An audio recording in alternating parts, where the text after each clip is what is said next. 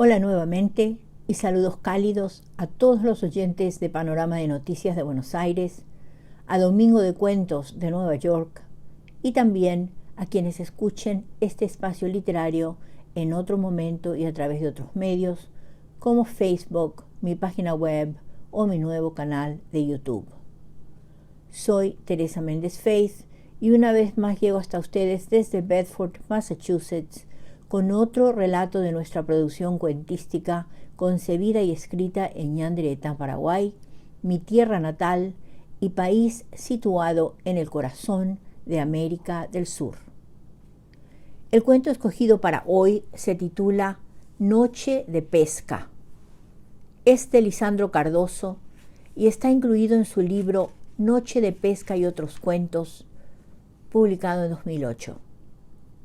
Me contó Lisandro que su obra Noche de Pesca ganó el primer premio del concurso de cuentos de la Asociación Cristiana de Jóvenes en 1999. Y pienso yo que tal vez esa sea la razón, aunque esto es solo suposición mía, por la que su autor decidiera poner este cuento en posición titular de su libro, Noche de Pesca y otros cuentos. Como ya lo mencioné un par de veces antes, a menudo los títulos de cuentos o novelas son importantes, significativos, y nos dan una pista sobre algo relacionado con la narración. En este caso, lo que me llamó la atención apenas vi el título del relato, que ustedes van a escuchar en minutos, fue la palabra noche, porque la palabra que sigue de pesca no es una actividad normalmente asociada con la noche. Y ese dato sirve también para explicar o poner en contexto la secuencia de cosas y elementos extraños, aparentemente ilógicos, que pasan al final. Quisiera agregar aquí que la lectura de este cuento de Lisandro me llevó con la imaginación a uno de mis cuentos favoritos de Julio Cortázar, titulado Ajolote, que el escritor lo escribe Axolotl, como en lengua náhuatl. Y también me hizo pensar en una novela corta muy famosa de Franz Kafka, La Metamorfosis. Recuerdo que a mis estudiantes les gustaba mucho este cuento de Cortázar. Por eso, y como complemento a Noche de Pesca, voy a subir a mi muro de Facebook una versión en YouTube de Ajolote de Cortázar para quienes quieran seguir en el mundo de la imaginación después de este espacio literario paraguayensis. Y creo que con estos comentarios y presentación ya los puedo dejar con el audio número 2 para que escuchen y disfruten de Noche de Pesca de Lisandro Cardoso. Y ahora les leo el relato de Lisandro Cardoso. Este cuento proviene de su libro Noche de Pesca y otros cuentos, publicado en el año 2008. El título, Noche de Pesca. Y ahora empiezo. En Varadero, sobre el río Paraguay, el agua estaba picada y hacía fresco. Había un viento este que cruzaba sobre mis hombros. Estaba pescando desde la popa de una vieja barcaza en desuso. Había poco pique y el aburrimiento estaba haciendo presa de mí con sus enormes fauces. Hacía horas que estaba sentado intentando pasar el tiempo lo mejor que podía, y tenía en el agua, atada a un largo cordel, una media docena de bagres y unos armaditos que había capturado. De vez en cuando, un biguá pasaba raudo o se zambullía a unos metros de mi línea, y al rato salía con una desesperada presa entre su pico. La engullía y a seguir pescando desde el aire.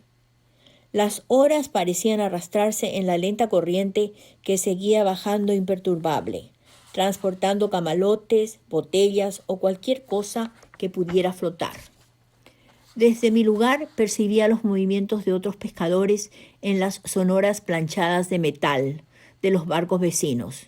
Se oían voces, algunas bromas o un agudo silbido, mientras yo seguía tirando y recogiendo mi liñada.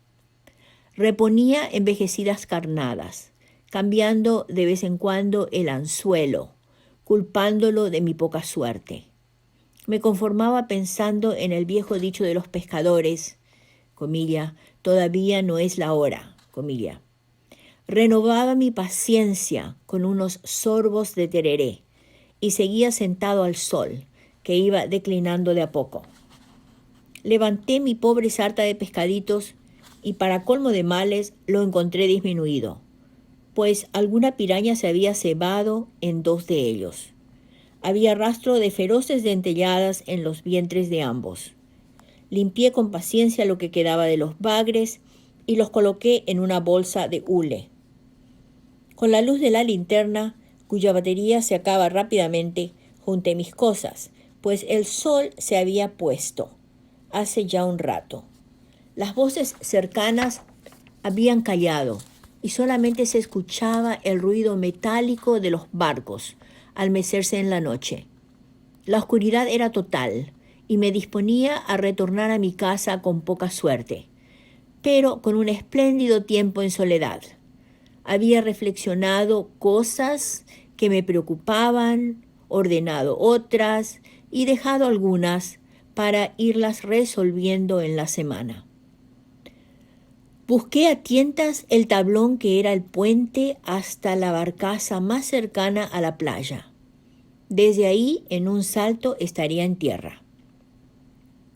Pero, extrañamente, no veía ninguna luz a mi alrededor. No había el titilar de la candela prendida en las casuchas de la ribera, ni se escuchaba el griterío de los niños jugando todavía en la playa. Sabía de memoria dónde estaba el gastado puente y lo busqué en vano, como también busqué los otros chirriantes barcos, surtos en la playa, y nada. Esto no puede ser, me dije. Tiene que ser una broma. Pero era absurdo creer que alguna persona haya retirado las toneladas de hierro flotante y medio varadas en el fango. Recorrí varias veces la borda, tropecé con maderas y di con hierros viejos, maldiciendo lo que me estaba ocurriendo. Mi codo sangraba, o sea, esto no era un sueño, y me sentí furioso e impotente a la vez. ¿Qué podía hacer en estas condiciones? No podía arriesgar mi vida lanzándome al agua, primero por temor a acalambrarme, pues hacía tiempo que no nadaba y además no veía la costa más cercana. De vez en cuando tenía la sensación de que la barcaza se movía, que iba a algún lado con movimientos leves. Me senté, ya asustado, sobre lo que parecía un cajón viejo de madera.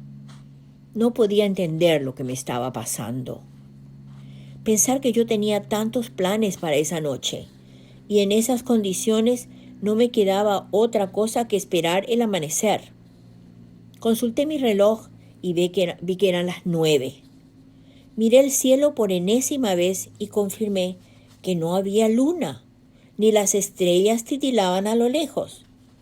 Había sí una profunda oscuridad en torno mío y una sensación de desasosiego me envolvía con el correr de las horas. No podía dormir, pues cuando lo intentaba sentía un sofocón y despertaba sobresaltado. Seguramente ya era más de medianoche cuando sentí que estaba recostado en la dura pared del desvencijado cuartito que alguna vez fue un camarote. No tenía colchón ni cobija, y por supuesto que era mucho lujo pretenderlo. De vez en vez escuchaba que algunas personas se acercaban. Entonces gritaba para llamar la atención, y las voces irremediablemente se iban diluyendo. ¿Serán pescadores que vienen de revisar sus espineles o están buscando otra canchada para pescar?, me preguntaba. Y nuevamente el silencio me envolvía, y mi impotencia se iba acrecentando. Me sentía entumecido por el frío y tenía miedo por lo que me estaba ocurriendo impensadamente. Según mi cálculo, faltaba mucho para que amanezca. Tenía aún alguna carnada y lo mejor sería hacer pasar el tiempo. Preparé el cordel y lo lancé al río, pero me pareció que la plomada no había contactado con el agua. Solté el hilo hasta dar todo lo que había en el carretel. No sentía ni que se meciera ni tocara fondo. Experimenté de nuevo la sensación de ahogo. Fue como un súbito ataque de asma. Me faltaba el aire y tenía entumecidas las extremidades. De mi garganta no salía palabra alguna y era como roncos carraspeos o como si estuviera haciendo gárgara. Tenía punzadas en todo el cuerpo. ¿Será por la postura incómoda del camastro? Y los sentía en los costados y a lo largo de la espina dorsal. Me dolía terriblemente la cabeza y recordé el analgésico que siempre tenía, pero me sentía incapaz de ir por él. Se me secaba la garganta, la boca, la tenía entumecida y la respiración se me iba haciendo difícil y entrecortada. Nuevamente escuché que hablaban muy cerca y era como si pasaran a mi lado, y quise creer que ya estaba amaneciendo. Con la alegría súbita que sentí, moví mis manos y palpé la aspereza de las escamas que volaron por los aires.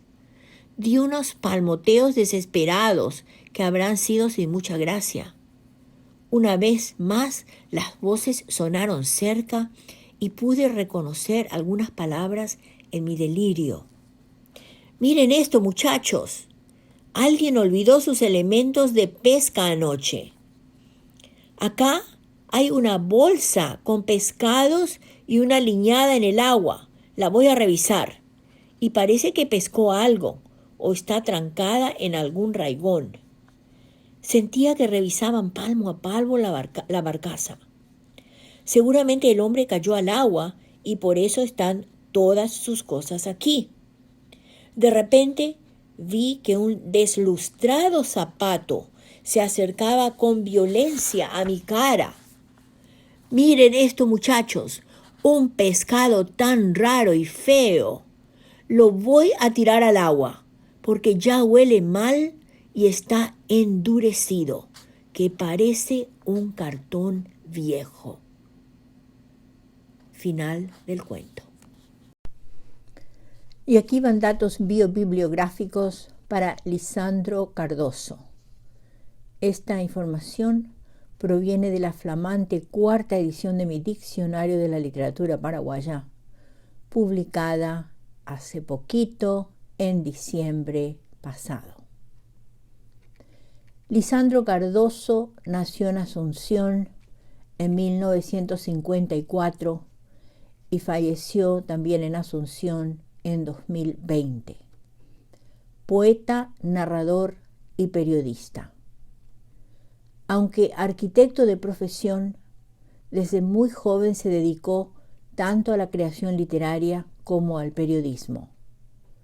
Perteneciente a la llamada generación o promoción del 80 y miembro del taller de poesía Manuel Ortiz Guerrero desde 1977, Lisandro Cardoso publicó parte de su poesía en libros colectivos de dicho taller.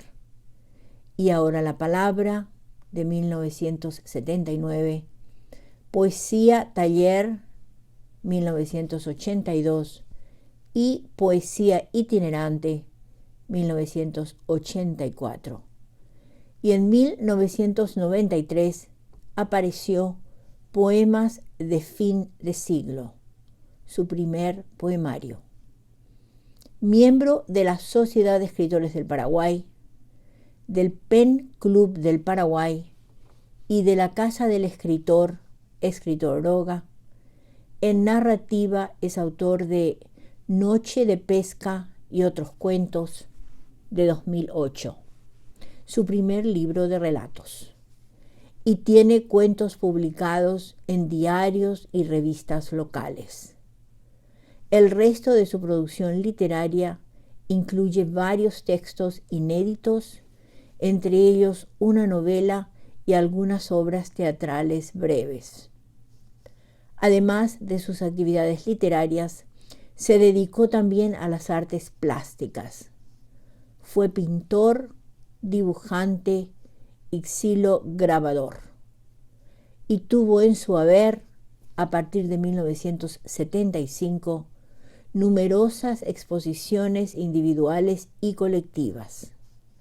Su Diccionario de las Artes Visuales del Paraguay, de 2005, es un valioso material de consulta para investigadores y estudiosos de la literatura y las artes paraguayas, e incluye información sobre artistas plásticos, fotógrafos, galeristas, centros culturales, galerías de arte, museos, críticos y publicaciones relacionadas con el mundo artístico nacional. Algunas de sus obras han sido distinguidas con premios y menciones importantes.